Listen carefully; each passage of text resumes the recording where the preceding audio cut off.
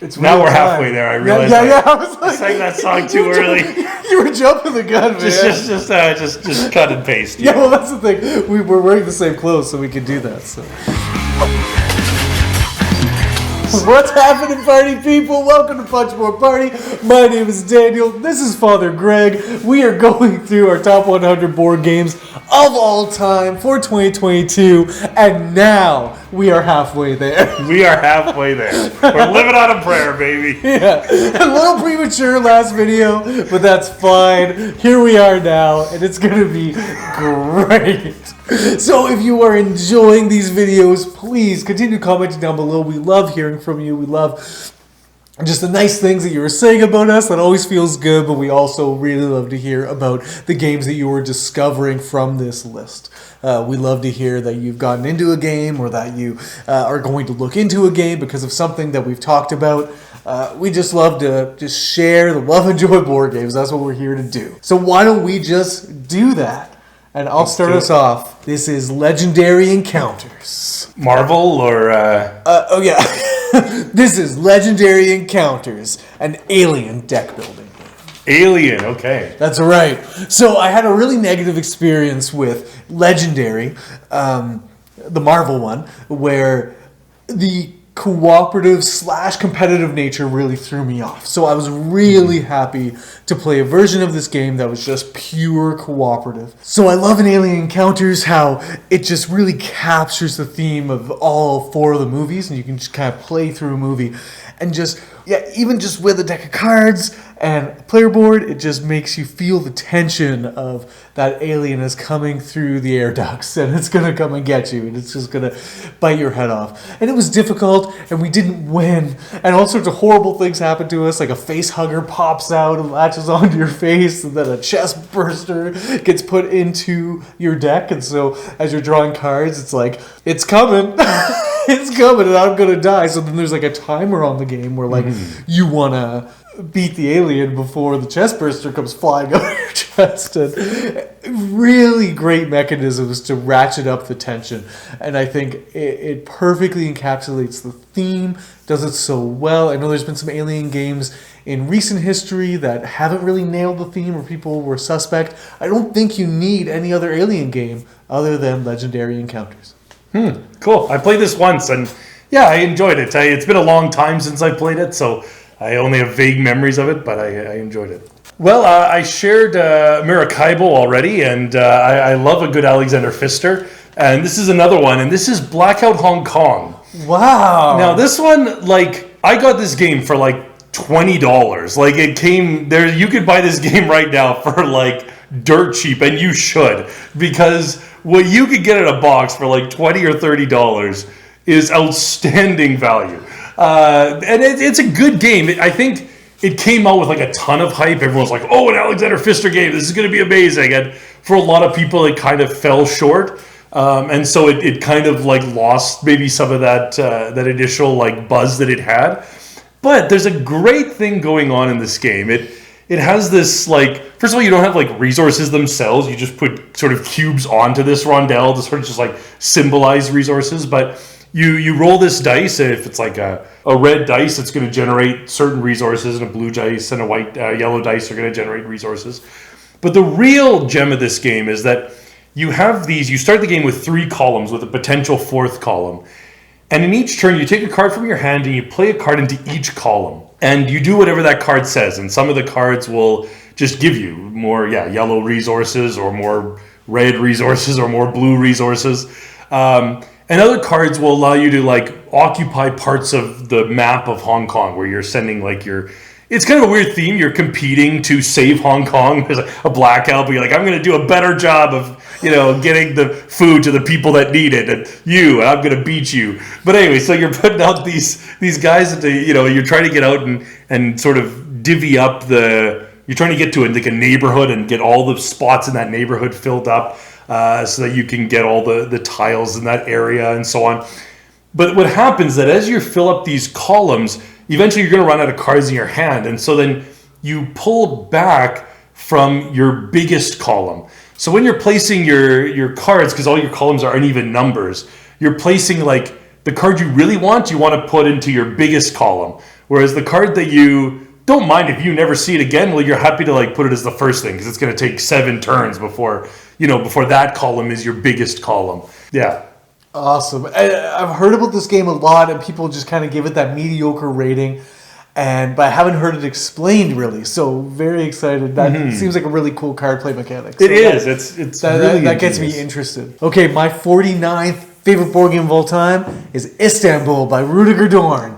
Rudiger Dorn, my farm shop, back to action. He redeems himself. So I actually cut out a section from last video where I dogged on my farm shop. But maybe I'll upload it as a separate little bonus video so you can see how I vehemently despise a Rudiger Dorn game. But I love Rudiger Dorn, and Istanbul comes with just fist swinging. So this is Kenner Spiel Desires winner the year it was nominated.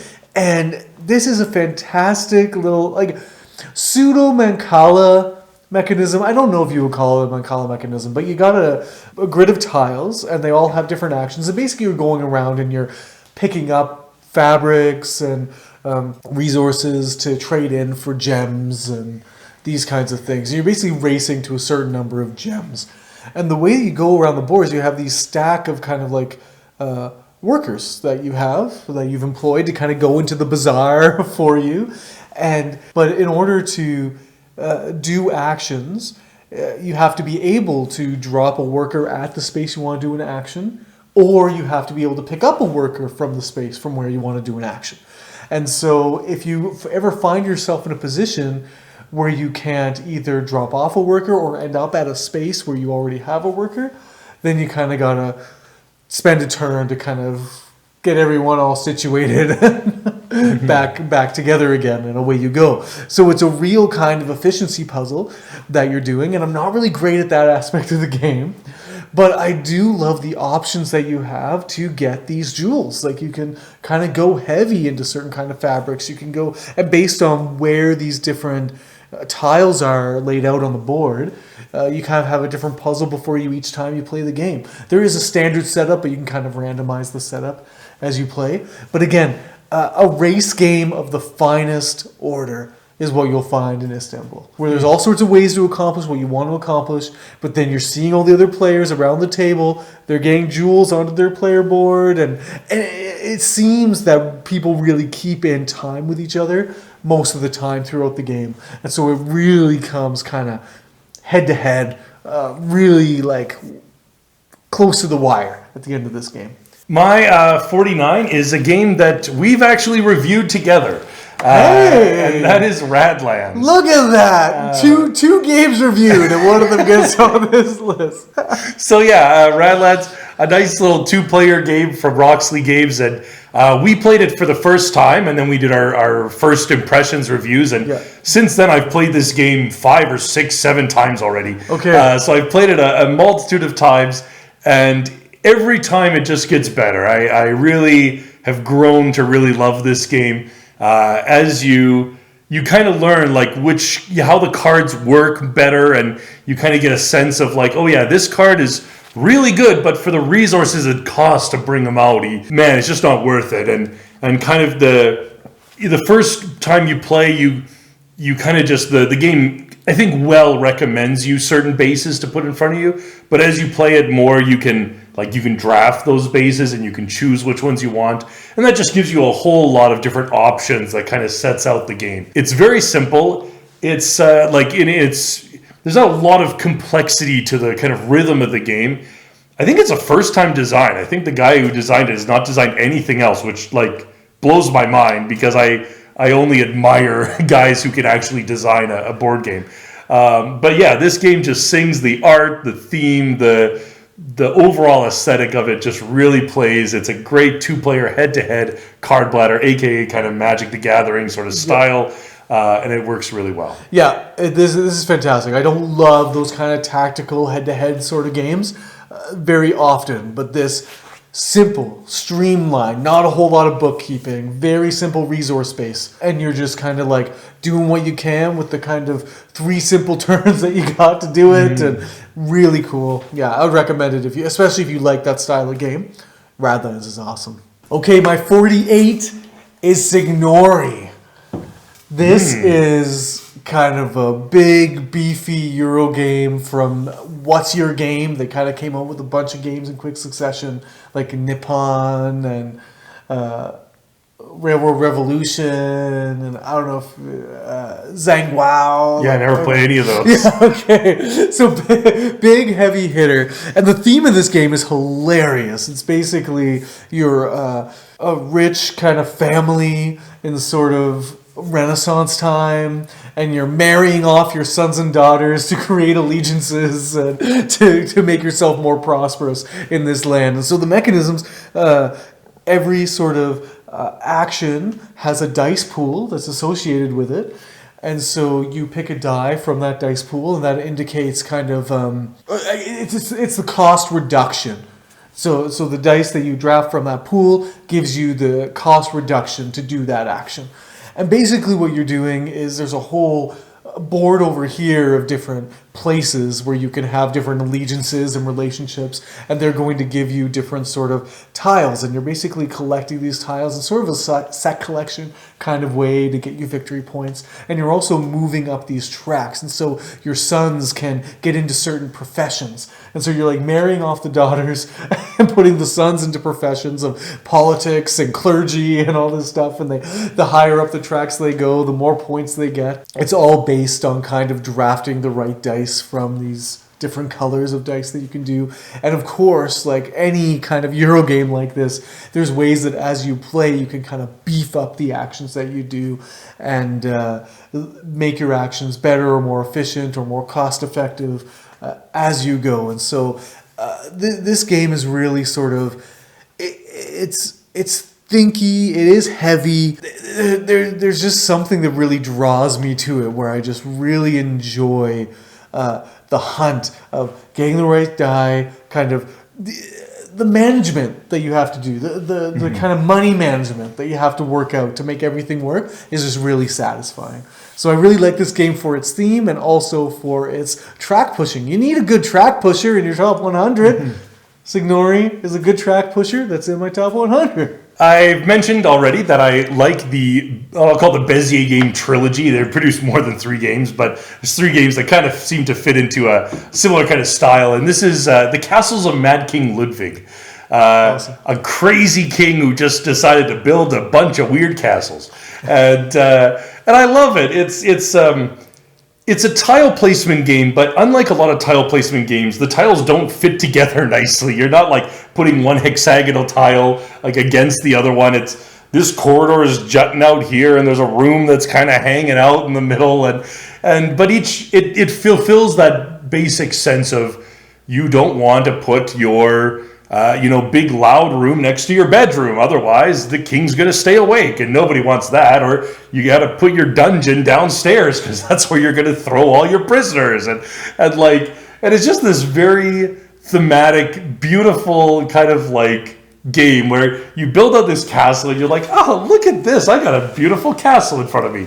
Then the mechanics are this kind of like auction mechanism where you get all these rooms and you have to decide the price of them.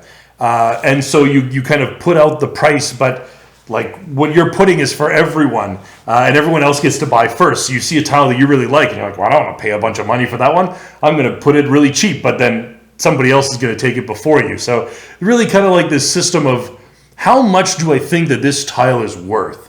For me and then for everyone else around the table. Maybe nobody else wants this tile. So although it's really good for me, like I could price it pretty low because I know nobody else is going to want it, and then I can sneak it and put it into my tile.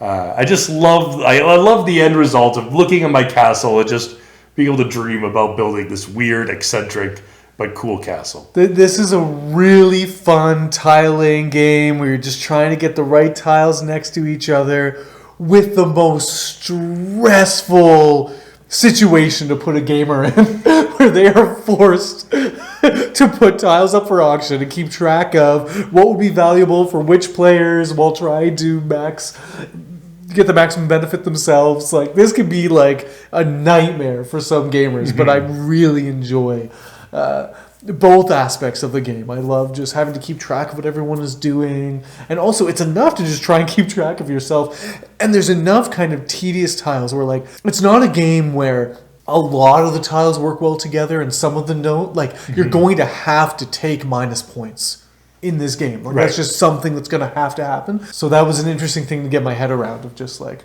lump the minus points, Daniel. It's part of the game. Just make it happen. Okay, my next game, a fairly recent game that we played together. One of those games where I knew I was going to love it before I played it. Only played it once, but I'm stubborn, and I'm saying that I love it this much. And that is Deus.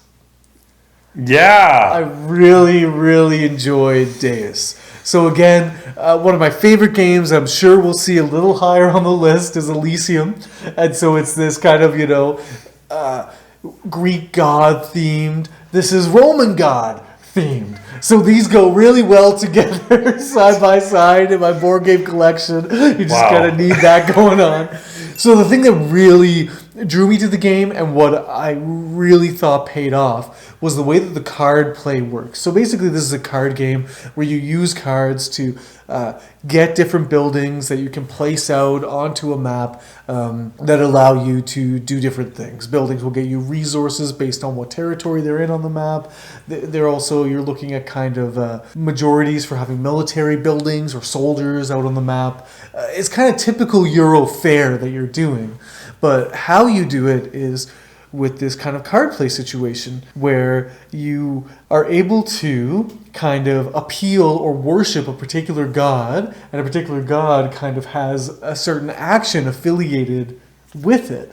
And so you're going to discard a bunch of cards in your hand to get that benefit a bunch of times. And so either you do the actions that are on your cards, and when you play a card to a row in your tableau, you play it, kind of keep the same colors the same, then you activate all the cards in that row. And so that's really cool. You get to sort of do a bunch of things, but it's not as much as you think, but it is sizable. So you have that as an option. Or you can discard a bunch of cards and get kind of a major benefit from a god, and that might be getting able to draw more cards, so you have more options to play with, or that might be able to get a bunch of money, or maybe that's, I tried a stupid thing where like I discarded my whole hand like twice in a row to get a bunch of money or something. It did not work.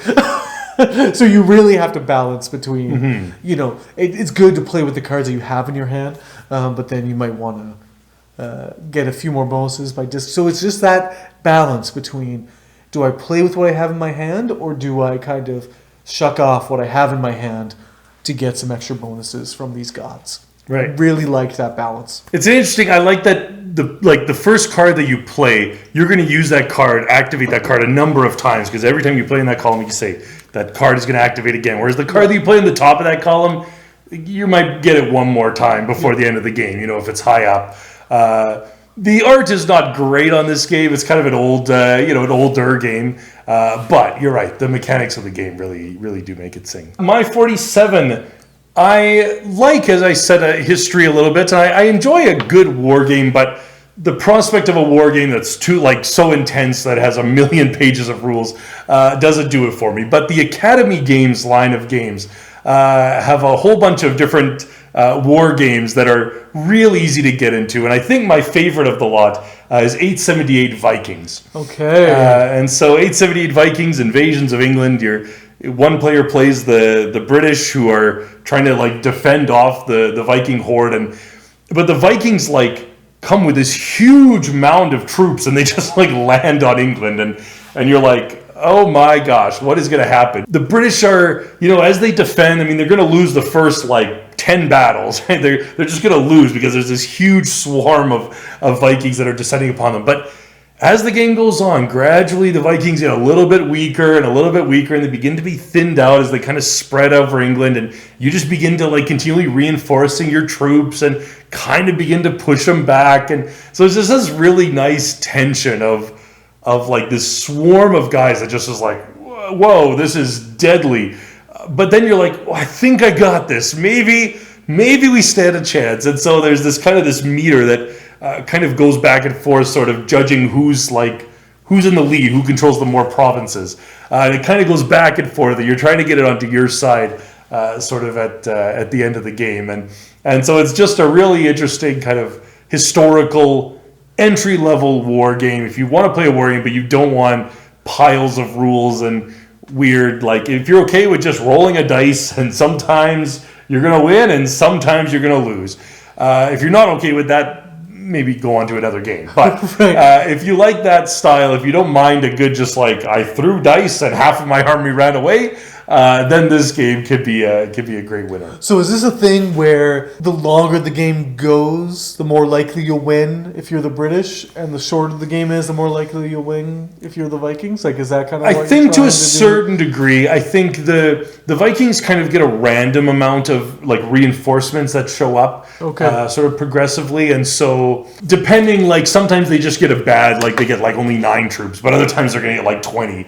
And they're just going to show up with the bangs, and you're just like, okay, we're in for another wave. Like, it's kind of like these waves sort of hit you, and some waves are easier to deal with than others that really hit you like a ton of bricks. Right. No, that's cool. That sounds cool. My 46 is Forgotten Waters.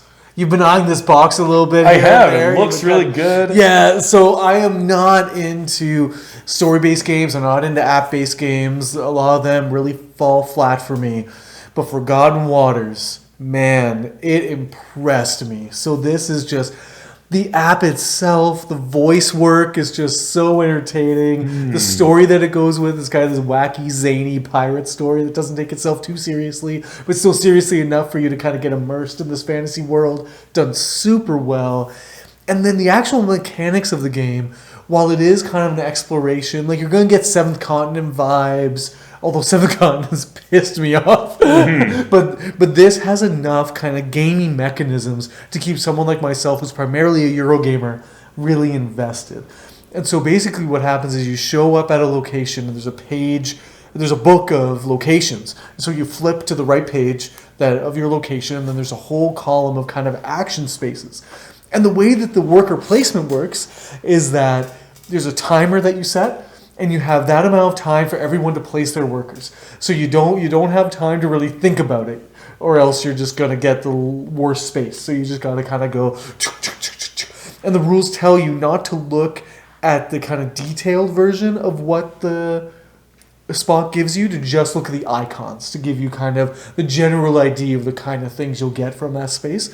And so I really like that kind of, okay, I think that's going to pay off for me. I think, and you have to do it quick. And that kind of flurry of worker placement is just a load of fun for me. And then you kind of just play out things, you have the whole thing where, you got to flip to this page or push this button on the app, and then this kind of narrative starts where there's this drunken pirate that wants you to like end his life, and so you have to like choose which way you're going to go with that, and you're going to get, and then you go digging through a stack of cards for the reward that you get for that, and add that to your thing. The game just works really well where like everyone kind of has a thing that they're taking care of, but it's competitive, but it's cooperative mostly. Like you need to work together.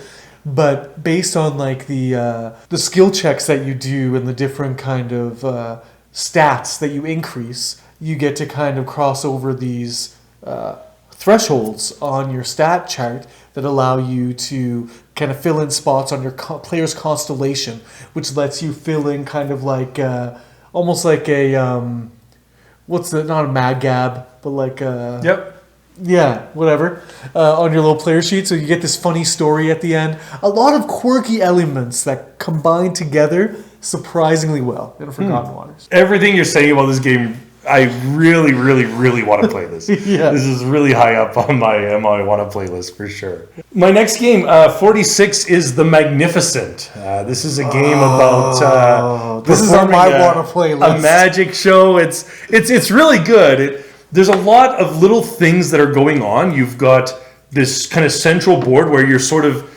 a bit maybe like Coal Baron, where you're kind of putting a worker, and where you put the worker kind of gives you so many action movements or action points that you can spend. But then you've got like your own little board where you've got these like polyomino shaped tiles where you're putting onto like your magic.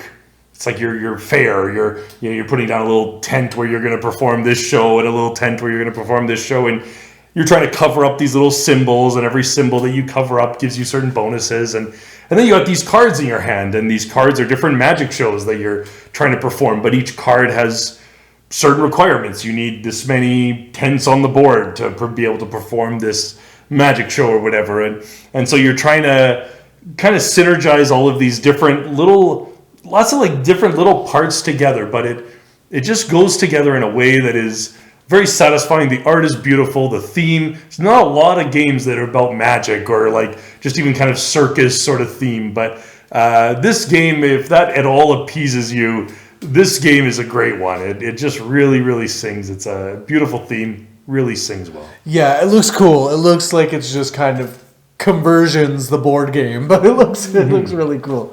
I'm into it. I can't wait to play it. For sure. Okay, my next game.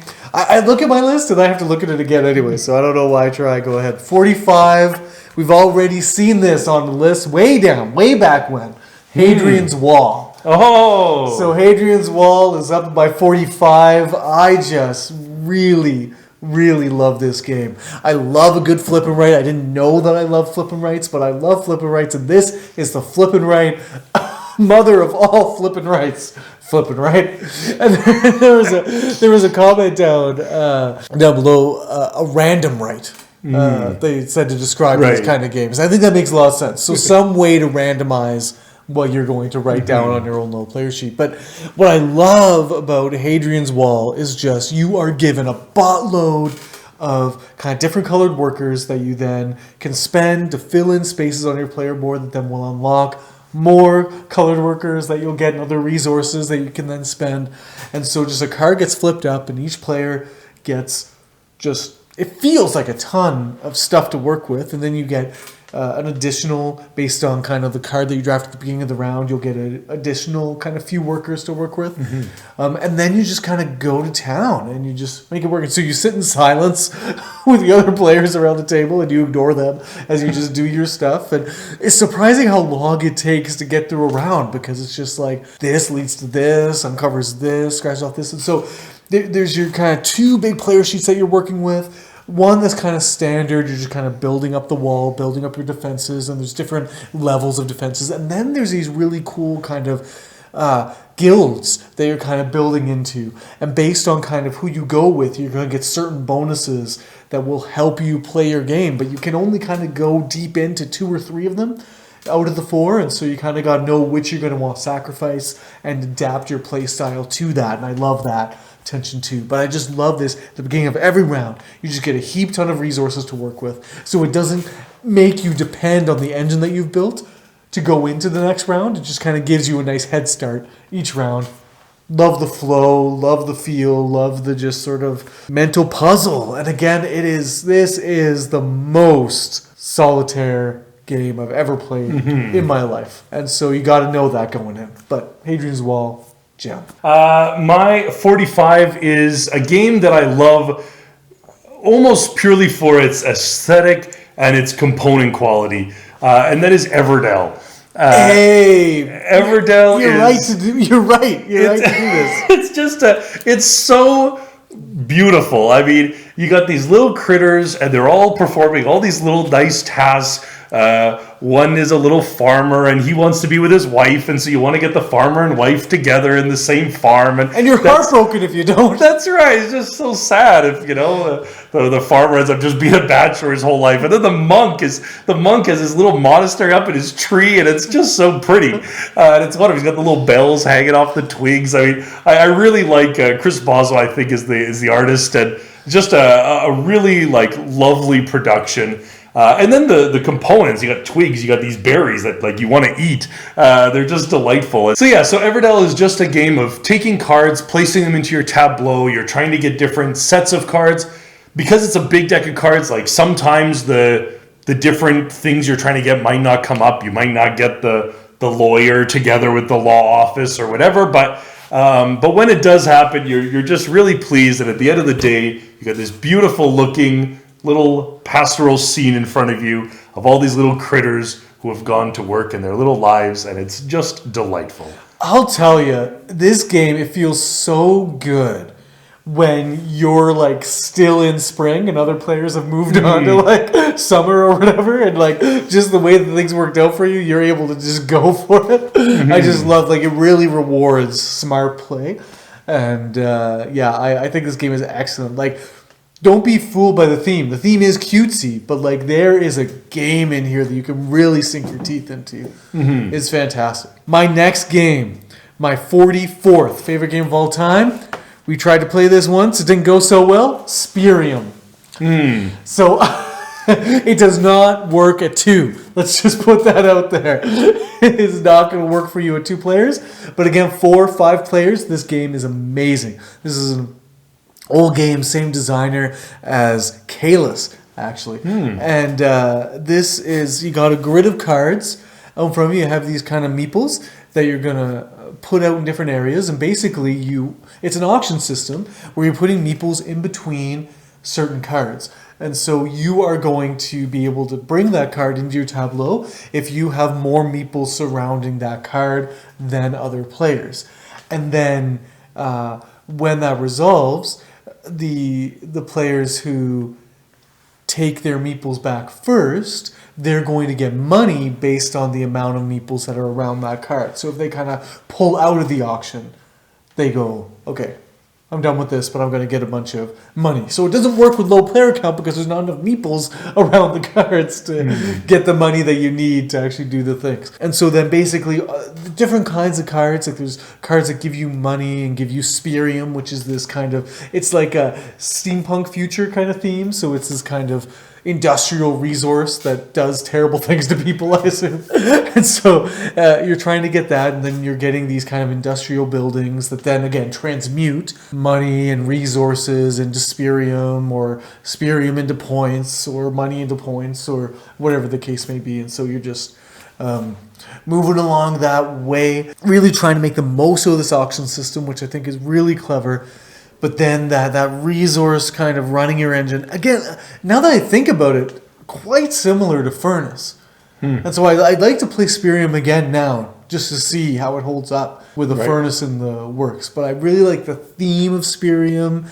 This kind of, you got men in top hats, and then these like kind of indentured servants with like green glowing eyes.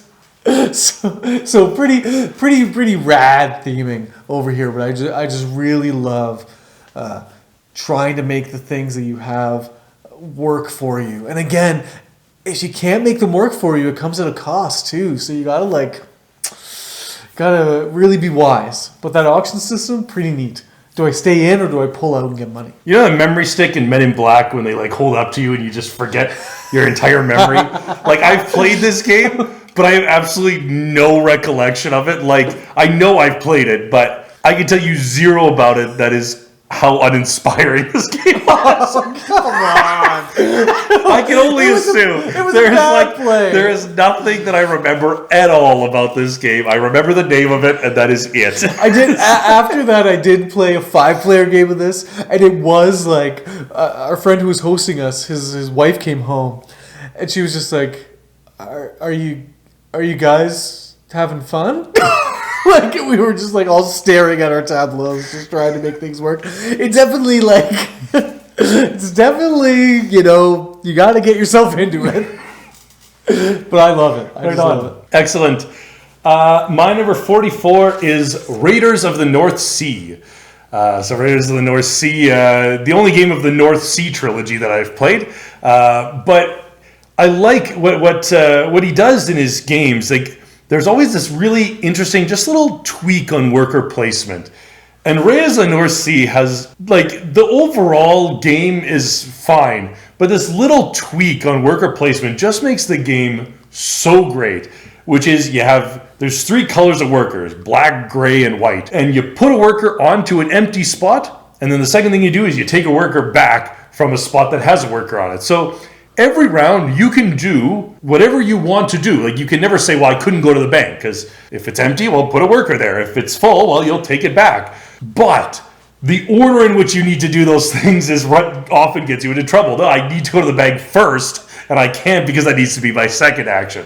And that whole thing, and then some spots you can only go there with a gray worker or with a white worker, or the benefits will change depending upon if you have a gray worker or a white worker or a black worker. And so you're just putting these things onto the board, but this tension of I put a worker down, I pick a worker back up. I put a worker down, I pick a worker back up. It's such a simple little take on a worker placement, but it's something that I've never seen in any other game. And it just, every time I play this game, I'm just like, this is so brilliant. Just this little tiny thing that kind of infuriates me, because it's like, all of a sudden you're like, I'm ready to go and invade the monastery, but oh shoot, I don't have a gray worker, and I need a gray worker to go up to the monasteries, or I need a white worker to go up to the fortresses, and now I got a black, and now I have to do something just so that I can pick up a white worker, but the space the white worker's on, I don't want that guy. And so it's just this really nice tension. Love Raiders of the North Sea. Yeah, so I heard a lot about this game. I picked up a copy, played it with you, and it wasn't as brilliant as I thought it was going to be. It just started to feel normal. It was just kind of this okay, yeah, a little wrinkle, but it didn't blow my mind. And so it didn't have the staying power in my kind of psyche as it seems to have for yours. Oh, love it. My 43rd favorite game of all time, Cyclades. It got right up there. And again, this is totally, recency bias, I think. This is going to happen from time to time. We played it fairly recently. Mm-hmm. I had a very positive experience playing it a long time ago. I had a very positive experience playing it most recently. If I had played Inish more recently, Inish might have made my list, but I don't know if it's, and I haven't played Kemet, so this might not be, I don't think it's known to be the best of this trilogy, but again, it's up there. Bruno Catala is my man, and I just love the auction mechanism here. I do love a good auction mechanism. It can be infuriating. You really, you want to go in. Each god kind of gives you the ability to do something in terms of this sort of area control, war, conflict thing that you're doing out here on the main map.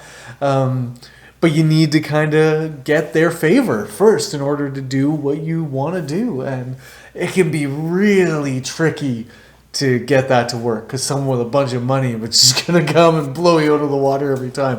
But what I really appreciate about this game is you are racing to kind of 3 metropolises, and then there's 2 other ways that you can win the game by collecting kind of philosophers or priests.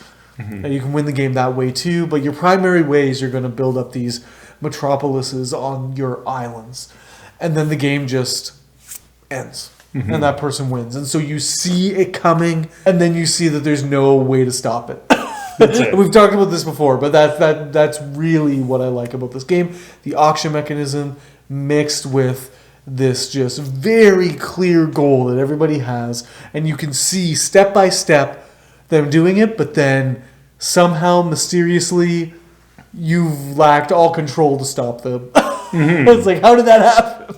It's really good. My 43 is in the same line as the Raiders of the North Sea, and that's Viscounts of the West Kingdom. Okay, it made the list. I didn't know what Viscounts would. So Viscounts is the only one that's maybe not really a worker placement game. It's you have one worker and you kind of move him around the board. It's a bit more of a kind of programming deck builder, where you take a card, you place it down, and it does something for you like when you place it down, but then it stays with you for like 3 or 4 turns before it kind of leaves your into your discard pile, and then eventually you can sort of get it back into your hand. But so like there might be a card that, for example, you don't want criminals. Criminals are good, they're wild, they can do like lots of good things for you, but as long as that criminal sticks around in your like board, it's going to do bad things for you, sort of like turn in and turn out. And so like the longer that it stays with you, like, and so then there are some cards though that allow you to like move around those cards, like to take something that's at the front and put it at the end of the line, or take something that's at the end of the line and put it at the beginning, sort of guillotine-esque sort of style. There's a callback. This game is nothing like guillotine, but nowhere close in that regard to where guillotine is. Oh man, yes. You just sort of put these. Can't hold a candle to guillotine. And every time, and then you're trying to just kind of do these different objectives. You're trying to get a lot of people into the central castle that's kind of in the middle of the board. You're trying to have your monks write a bunch of books, and those are going to give you different like end game victory points. And yeah, you're just kind of, it's just that little programming deck building thing. Once again, it's just a mechanic. I'm just like, I've never played a game like this. It's really interesting, so I like it. That's cool. Yeah, no, I know nothing about it. I'm intrigued by it. I liked Paladins a lot more than I thought I would, so I'm totally open. Okay, so I think this is our second last game for this list. Right. And so we are going to talk about Council of Four. You might have great memories of this, Father Greg. Wow, I hate this game. And why do you hate this game, Father Greg? Wow. I think this, for me, this is a game which is like a win more game, which is like once you get off to a lead, you can just steamroll that lead and just obliterate your opponent. Yes. Yeah, this is an interesting pick. I'm curious why you like it this much. So first off, I love it because the Simon edition is just like gorgeous. Just the art's beautiful, the minis, the caricatures, like it's just a really like zany world that you're in. I don't even know what you're up to. You're just a bunch of councils that are yelling at each other on the cover. But what's happening is you're basically there's kind of three sections of the board, and there's different kind of locations, and they're all kind of quadrant off, like A, B, C, D, E sort of thing. And you're trying to connect routes between these different letters, and you're going to be able to get victory points and move up this track based on how you're connecting these routes, and get money and get all sorts of resources. But the main thing that you're trying to do to kind of complete routes in certain sections is that each section kind of has a council that's dedicated to each section, and they're made up of these different colored miniatures. And so in order to kind of place a route in that area, kind of Ticket to Ride style, you have these cards that correspond to the different colors. And so you have to have cards that match the colors in the council of that given space.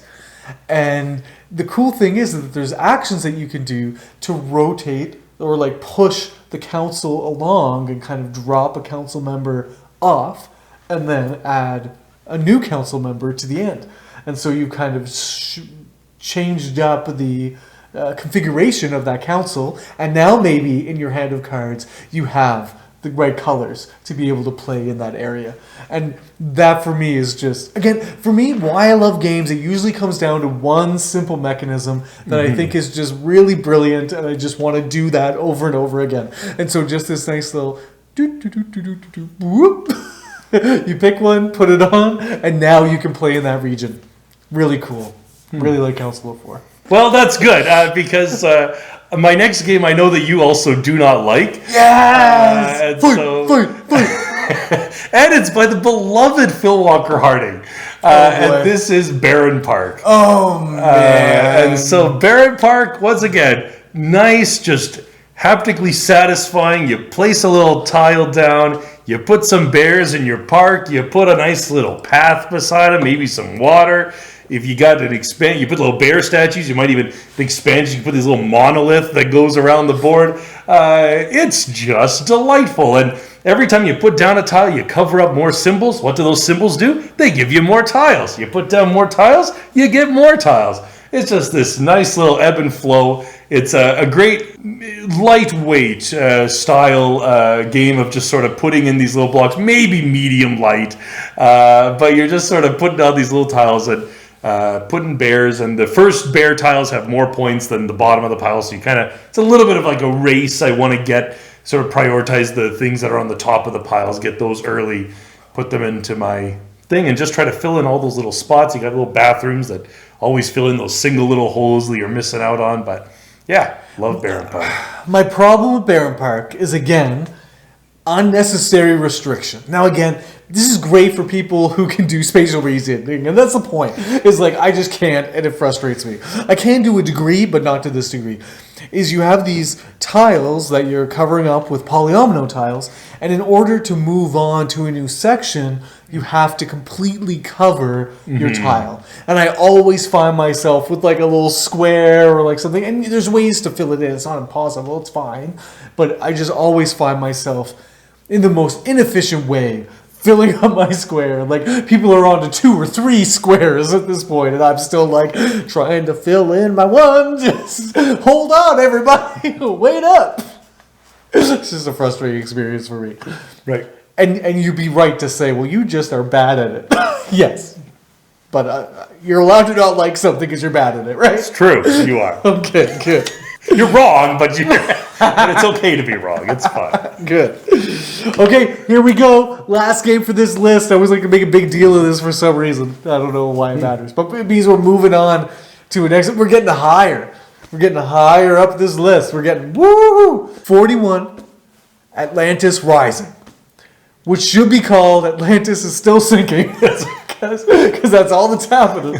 Sure. You got this weird board with these extensions and these kind of tiles that fit together that you can flip over. And each of the areas kind of give you different kinds of resources that will help you kind of fend off the sinking. And basically what you're trying to do is you're trying to create, you're trying to collect resources to create these artifacts, kind of futuristic artifacts that will help you get your civilization off of Atlantis and kind of into the stars. Like you're trying to build up these things. So what I really like is that the extension of these islands that all sprawl out in Atlantis Rising is you have better benefits as you go closer to the edge of these peninsulas. And so then when the bad things happen, it of course will destroy the ends of the peninsulas first. So you want to put your workers there, but you kind of don't. You kind of want to take the crappier rewards so that you know your guys are safer, because otherwise you're not going to get anything. And so it's this really cool thing where you're kind of making your own decisions. You are cooperating with your team, but you kind of got your own workers to use, so you kind of use them and you go. And then you hope that you actually get to reap the benefit, and you may not. And then there's lots of cards and abilities, but I just found it worked really well. The threat and the tension in the game was enough to kind of keep us on our heels, but it was also, we didn't win. We were off by 1 tech. We didn't work, but like the production for the Elk Creek Games edition of this game is also through the roof, just really beautiful. Atlantis Rising, really good choice. I think everyone who tries this out will enjoy it. Right, I don't even enjoy cooperative games, but I enjoyed this one. The kind of the push your luck, like risk management of putting your guys on the outside, the board game aesthetic of it exactly looks great. If I walked by somebody playing this on the table, I'd be like, what is that? That looks great. So yeah, it's really, really solid. Bring us home. My last game, 41, is Isle of Skye. Another Alexander Pfister, but of a slightly lighter variety. Once again, it has that same thing of the Castle of Mad King Ludwig. This kind of like, I have these tiles, and I have to decide what they're worth. Because once again, I'm kind of giving them available to purchase for other people, but if they don't purchase them, I have to purchase them. And there's that kind of tension of like, oh man, this tile's really good, but I don't want to pay 5 coins for it. And so how much do I value this tile at? But then you take your tiles, you place them in, you get the resources that that tile produces or whatever. You move, like you're trying to create paths, you're trying to join up your paths to different like regions so you can transport goods and so on. It's just Alexander Pfister is known for very heavy games. This is a lighter entry, sort of medium style game, but it's really pleasant. It's a great small thing to bring along to a game night. It just Yeah, I played this game kind of earlier in my hobby experience, and it was just one of those things where the rules explanation just kind of, I didn't quite pick it up. I didn't get, it was easy to understand, but I didn't get how to do well, I think is what my struggle was, as well as I didn't understand how like you could just, the orientation of the tiles didn't matter. That just bothered me. I was like, what do you mean they don't matter? Why do they have things on them if they don't matter? So that was frustrating. Right. Yeah. No, I like it. It's all part of that like step up from Carcassonne for me is That's Isle right. of Skye. That's right. So. Well, we should contest Cacao and Isle of Skye and see which one's out. I guess Cacao is my last list. But I'm in the future. So there we have it, folks. That's our next 10 games. We are above the 50% mark. We're going to be going next to our 40th to our 31st. Mm-hmm. Holy Toledo, we're honing in here. We're zipping along. Finally getting some good games. Finally.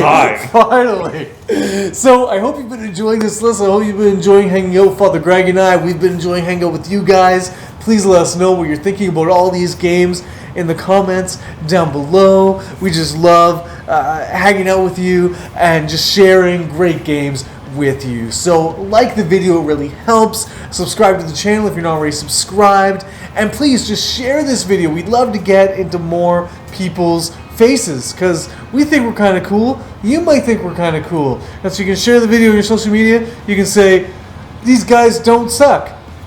That's a good kind of caption to put there, and then share the video. But in any case, party people, have the best day.